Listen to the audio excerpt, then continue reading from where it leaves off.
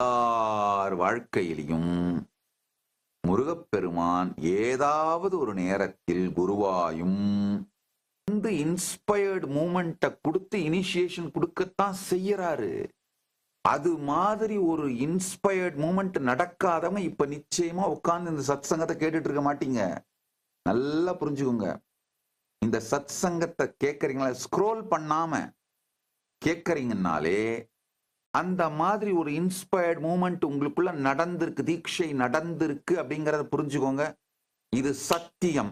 இல்லைன்னா இப்ப நடக்குது, அதனாலதான் உங்களால பார்க்க முடியுது. நல்லா புரிஞ்சுக்கோங்க.